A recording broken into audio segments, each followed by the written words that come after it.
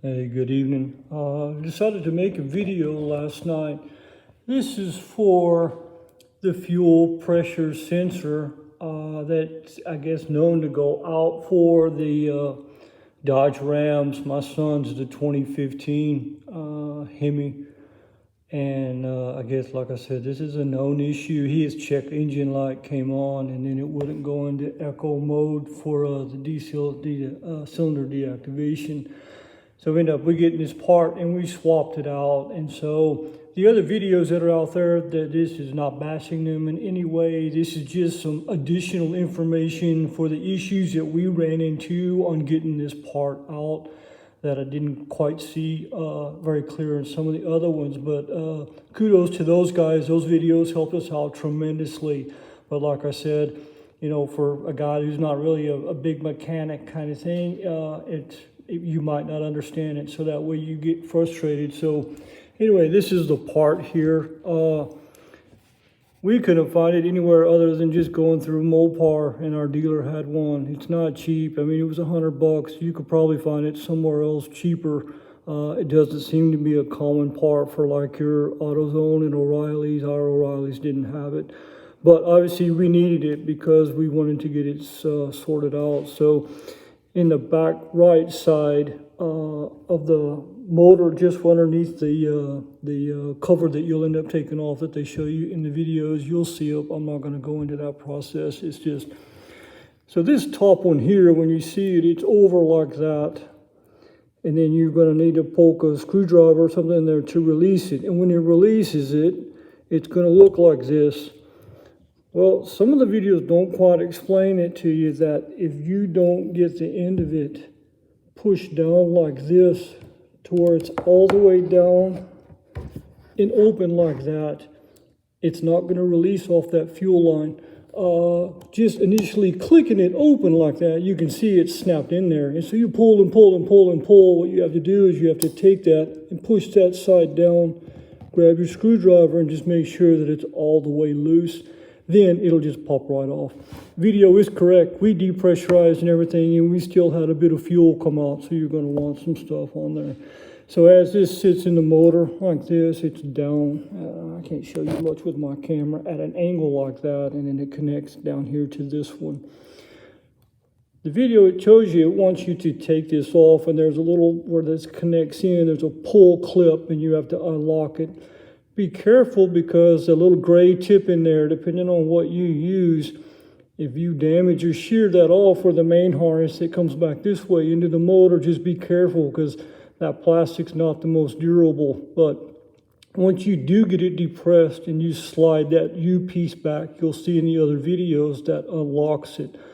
But what we didn't find out was the fact that when this is laid in like this, in this area right here, down inside where the other harness is clicked in, there's another pin piece that you're going to have to put your screwdriver in, pull it down, and then it will come out. If you just do the bottom part, you're never going to get it to disconnect. So you've got to flip this over like that, shove your screwdriver tip in there, or scribe, whatever you're going to use, pull it down, then that other piece will come out. And I just, I don't know, maybe it's just me and I'm stupid. We worked and worked and worked on it. Couldn't figure out why we'd unlocked that bottom pin and we couldn't get it to release. It was because there's one on the inside and you have to just pull it back like that. Obviously, this connects into the other fuel line down, like I said, down in this angle like that. So I just wanted to clarify, because a couple of videos were really quick, and if for somebody who may not know, this came from O'Reilly's. Let's see if I can lay it down where you guys can see it good enough, or back it up a bit. So they actually call it a performance tool, but what it is really is basically AC fuel line disconnect. We ended up using this second one here. I don't hear very well, so I didn't know in the video they didn't give you an actual size. What that does is, let me show you.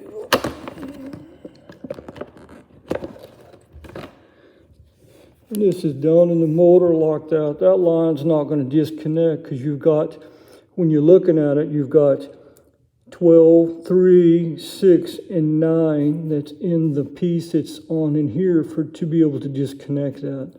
So what you do is you take this piece here, and what I figured out was is you'll see there's grooves in here. So what you want to do is you want to put that on there. Let me just show you real quick. You want to snap that. Oh, hang on.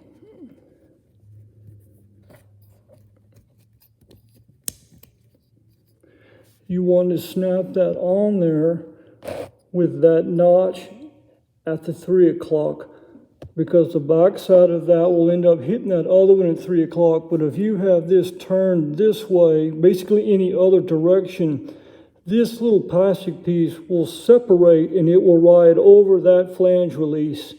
And so what you're doing is that's in there, you're taking that, and as you push that down and over, it will hit those 4, and then you just pop the fuel line back out.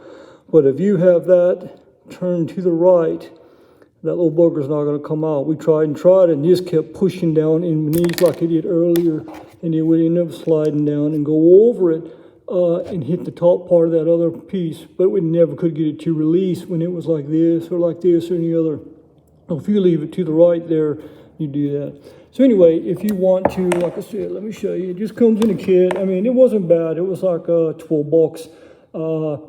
People, I mean, they said you can put a screwdriver in there and to release that, but you would end up having to do it in all 4 areas. And when you get over to the right side there, it's pretty tight. I mean, you can bend it and move it around a little bit, but I mean, I'm a short guy and he's got a 6-inch lift, so we were already laying our belly across the motor just to get, because it's all the way against the back firewall by the steering column.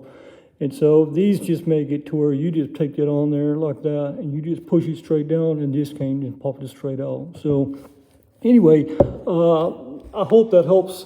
Doesn't confuse, but if you put what this video shows you compared to what the other ones are for the actual removal and install, and you take these 2 steps, it'll just make it. If we would have known this going in, it probably wouldn't have taken us any more than maybe 15 minutes, 20 minutes tops. So it's a quick job. It's just hopefully those what I provided you today will be able to help you get through the steps a little bit quicker. You guys take care. Appreciate it. Bye-bye.